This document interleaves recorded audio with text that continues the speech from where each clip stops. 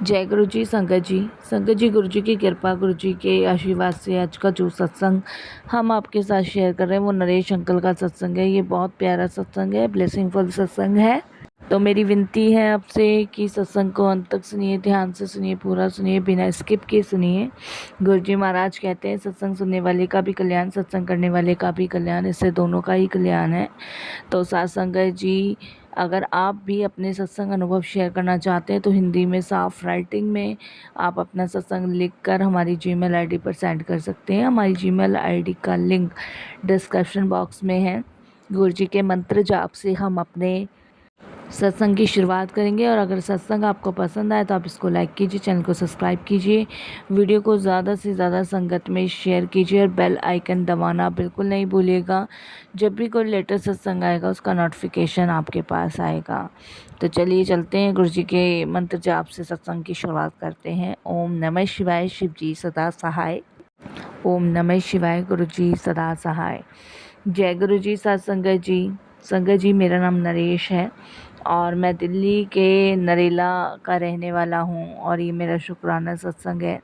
सत्संग मैं अपनी वाइफ का आप सभी के साथ शेयर कर रहा हूँ और इसमें संगत जी गुरु जी ने ऐसी कृपा मेरी वाइफ के लिए, मेरी फैमिली के लिए की है जिसके लिए मैं जितना उनका शुक्राना करूँ उतना ही कम है। बहुत बहुत शुक्राना करता हूँ कि गुरु जी महाराज मेरे जीवन में आए और उन्होंने मेरी वाइफ को एक नई लाइफ ब्लेस करी और हमारे जितने भी कष्ट हैं, दुख हैं, वो दूर किए। शुक्राना। और हमारे जीवन में आने के बाद गुरुजी ने सच में हमारी पूरी दुनिया ही बदल दी। संगत जी, गुरुजी के साथ मेरी जर्नी अभी 2016 में शुरू हुई थी और 2016 में संगत जी मेरी वाइफ जो थी 4 धाम की यात्रा पे गई हुई थी।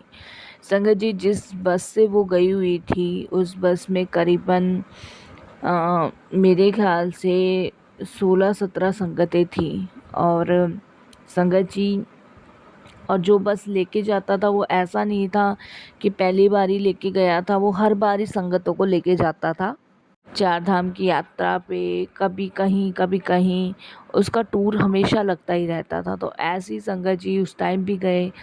तो मेरी वाइफ बहुत खुश थी 4 धाम की यात्रा करने जा रही है और मैं कभी उसे रोकता भी नहीं था क्योंकि मेरे को लगता था कि नहीं, भगवान के नाम पे कोई जा रहा है तो आप मत रोको। बट ये नहीं सोचा था कि इतना बड़ा संगत जी उसके साथ ये हादसा हो जाएगा। संगत जी बस अच्छी खासी गई थी लेकिन संगत जी जब बस लौट रही थी तो बहुत भयानक बस का एक्सीडेंट हुआ और संगत जी एक गहरी खाई में जाके बस गिर गई थी। और संगत जी उस समय जब हमें ये खबर मिली थी तो मेरे पूरी फैमिली इतनी परेशान थी और मैं तो संगत जी अपने आप को संभालने से नहीं संभाल पा रहा था कि मतलब ये हुआ तो हुआ क्या। तो मेरी वाइफ की जो मदर थी वो भी साथ में थी, तो वो तो एक्सपायर हो चुकी थी बट कुछ लोग बचे थे, जैसे कि मेरी वाइफ थी, कुछ और भी लोग बचे हुए थे उस बड़े हादसे से। तो संगत जी जब मेरी वाइफ को हॉस्पिटल एडमिट कराया गया तब डॉक्टर्स का यही कहना था कि बचने की उम्मीद नहीं है, कुछ बचा नहीं है। और क्योंकि सब कुछ तो मतलब जो बस के जैसे शीशे वगैरह होते हैं वो सब बॉडी पे पता नहीं कहाँ कहाँ पिंच हुए और काफ़ी ब्लड भी बह चुका है। तो डॉक्टर्स का तो यही कहना था। हम बहुत सारे डॉक्टर्स के पास भी गए, बहुत सारे हॉस्पिटल्स भी दिखाए, सब ने मना ही कर दिया था। आखिरी में संगत जी हम घर ही ले आए क्योंकि डॉक्टर्स ने मना कर दिया, बचने की उम्मीद नहीं है। और तो आखिरी में मेरे बड़े भैया ने कहा कि इनको एम्स लेकर चलते हैं, तो हम एम्स में लेके गए। एम्स वालों ने भी संगत जी बड़ी मुश्किल से हाथ पैर जोड़ के एडमिट तो कर लिया, लेकिन संगत जी उस समय मैं पूरी तरीके से टूटा हुआ था, परेशान था कि क्या करूं क्या ना करूं। संगत जी मैंने अपनी वाइफ को भी नहीं बताया था कि आपकी मम्मी जो है वो नहीं रही और मेरी शादी को भी कुछ ज़्यादा समय भी नहीं हुआ था संगत जी, करीबन सिर्फ 3 साल हुए थे, इसलिए हमारे पास कोई संतान भी नहीं थी अभी तक। और संगत जी हमने बच्चे की प्लानिंग की हुई थी लेकिन हमने सोचा था जब तुम तीर्थ यात्रा पे से आ जाओगी तब सोचेंगे बच्चे के बारे में ना। तो एक तरीके से संगत जी सारे ही सपने अधूरे से नज़र आ रहे थे। और संगत जी जब एम्स में एडमिट हमने करा दिया और डॉक्टर्स ने मना कर दिया तो मेरे पैरों तले ज़मीन खिसक गई, मैं नहीं संभाल पा रहा था। तब संगत जी, मेरे कुछ रिलेटिव्स हैं जिन्होंने हमें कहा कि तुम गुरुजी के दरबार जाओ, वहाँ प्रार्थना करो, वहाँ अरदासी लगाओ, हो सकता है ये ठीक हो जाए। तो संगत जी, मैंने यही सोचा कि मैं गुरुजी के दरबार जाऊँगा और मैं गुरुजी के दरबार गया। संगत जी, जब मैं गुरुजी के दरबार गया वहाँ मैं खूब रोया और इतना रोया संगत जी कि मैं आपको बता नहीं सकता। और मैंने सब वहीं गुरुजी के पास छोड़ दिया। मैं आपके दरबार आया हूँ, अब जो सही लगे आप करो। मुझे नहीं समझ आ रहा, अगर मेरी वाइफ़ को कुछ हो गया तो मैं भी नहीं रहूँगा। क्योंकि संगत जी, जिससे आप सबसे ज़्यादा प्यार करते हो ना, उसके बिना आप रह नहीं सकते। और मैं अपनी वाइफ़ से बहुत प्यार करता था, क्योंकि संगत जी पूरे 4 साल बाद हमारी शादी हुई थी। और संगत जी, हम दोनों का साथ बचपन का था। बचपन से ही हम एक दूसरे को बहुत पसंद करते थे। क्योंकि संगत जी, जहाँ हम रहते थे, पहले हम भवाना में रहते थे, तो मेरी वाइफ़ की फ़ैमिली भी वहीं रहती थी। तो इनके पेरेंट्स ने और मेरे पेरेंट्स ने, जब हम संगत जी 12-12 साल के थे, तब से ही हमारी शादी का पक्का कर दिया था। तो हमें ये पता था कि हमारी शादी एक दूसरे के साथ होनी है, एक साथ ही रहना है। तो इतना लंबे समय का इंतज़ार करने के बाद अगर ऐसा हादसा सामने हो, तो आप समझ सकते हो क्या बीत सकती है। तो वही कुछ ऐसी मेरे सामने था। और शायद ये कह लीजिए कि ये हादसे से गुरुजी का मिलना था। और पूरी फैमिली मेरा दुख, मेरा दर्द, मेरी परेशानी को समझ रही थी कि मुझ पे उस समय क्या बीत रही है। और संगत जी, जैसे कुछ रिलेटिव्स ने बताया था कि गुरुजी के दरबार में जल प्रसाद मिलता है, वो लाके पिलाओ, तो वो भी मैंने लाके पिलाया। संगत जी, मेरी वाइफ़ की जो आँखें थी, वो मुझे इस तरीके से दिखती थी कि बस मुझे बचा लो। और संगत जी, मैं बड़ा मतलब अपने आप को बेबस महसूस कर रहा था कि मैं नहीं बचा पा रहा। पर गुरुजी की ऐसी मेहर हुई, ऐसी कृपा हुई कि देखिए कैसे गुरुजी महाराज ने चीज़ें बदल दी। जहाँ डॉक्टर्स मना कर चुके थे, जहाँ सब कोई मना कर चुका था, वहाँ खुद ही डॉक्टर्स कहते हैं कि अब उम्मीद है बचने की और अब पहले से बेटर है तुम्हारी वाइफ़। तो संगत जी, मैं जब भी अपनी वाइफ़ से पूछता था, वो कहती थी कि पता नहीं, मुझे एक अजीब-सी शक्ति का एहसास होता है, माँ जगदम्बा ने मुझे बचा लिया। पर मैं उसको यही कहता था कि शायद ही गुरुजी की कृपा है, या फिर माँ जगदम्बा के रूप में गुरुजी ने मेहर की है। बात तो एक ही है।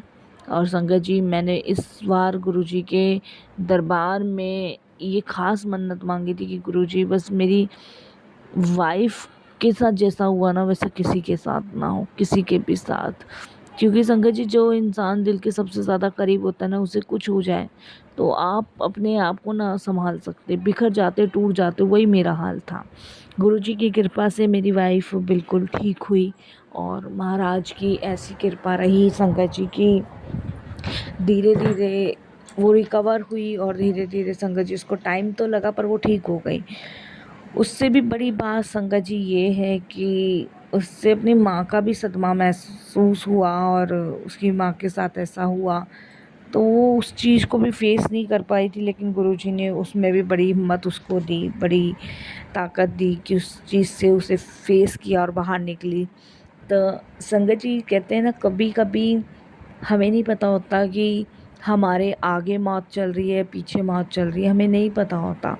और वो कब हमारे सामने आके खड़ी हो जाती है ना, तो हमें ये भी नहीं पता होता। इन सब चीज़ों से बचाने वाले गुरुजी हैं। तो मेरी वाइफ़ को तो एक नया जीवन गुरुजी ने दिया है, जिसके लिए शुक्राना गुरुजी। और महाराज की ऐसी कृपा रही। देखिए, 2022 में मेरी वाइफ़ ने ट्विन्स 2 गर्ल को जन्म दिया, 2 बेटियां हैं मेरे पास, और माँ लक्ष्मी का अवतार हैं वो।